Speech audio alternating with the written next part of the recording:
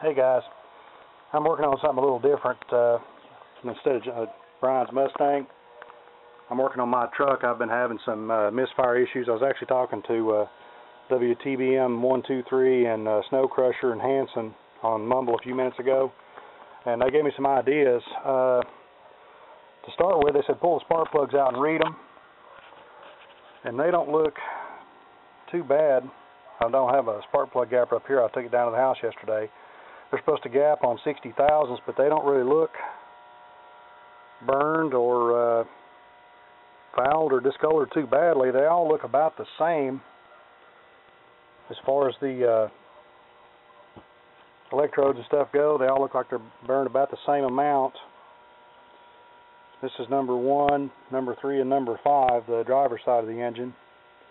But I think I may have stumbled upon what the actual issue was. They also told me to take an ohm meter and check continuity or resistance rather through all my plug wires, and I did that, and all of them were real similar as far as the readings go. On the 20K scale, they were like 2.53, 2.27, 2.22, and so on. And of course the shortest one was the number 5, and it was at 2.04. The coil wire, being the shortest of all of them, was 1.58. But they also told me to go ahead and pull the distributor cap off, which is pretty fun, because of course the Chevrolets, they're all the way back here at the back of the engine. This was before they started putting like the distributorless ignition systems in them, so the distributor's all the way back here at the back, so the cap's kind of hard to get to because it's back here underneath this overhang on the cowl. So I took it off, and the distributor and everything looks pretty good.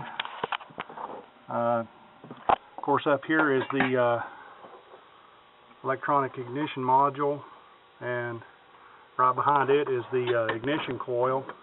Trying to get the light where you guys can see without a bunch of stuff in the way. And I had replaced all of those trying to figure out what was going on.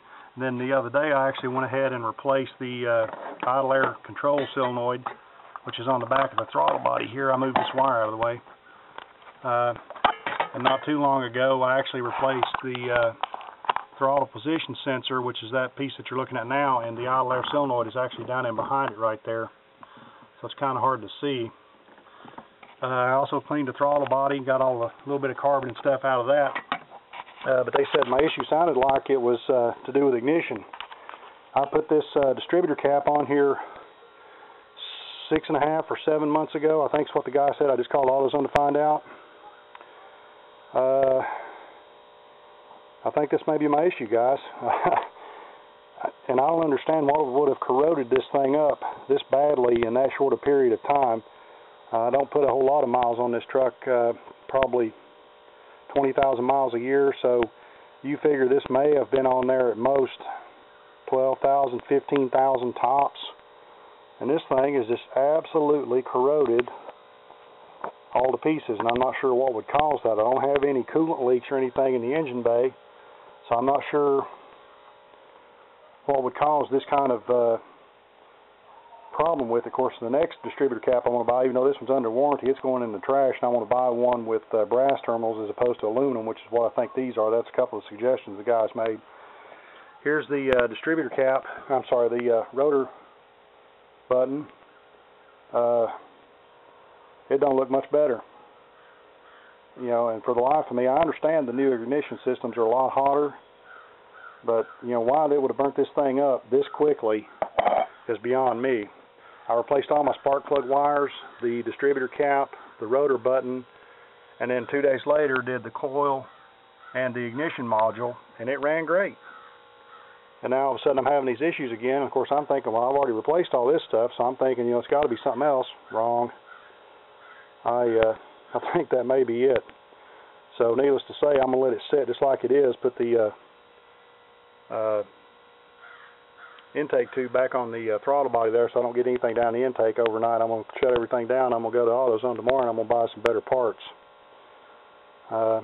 Granted, this wasn't the most expensive thing they had, but it wasn't the bargain basement stuff either. But that just blows me away that no more mileage than that they've done that.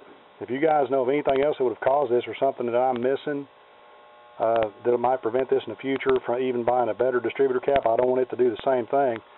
Could you guys PM me or leave comments in the video below and let me know?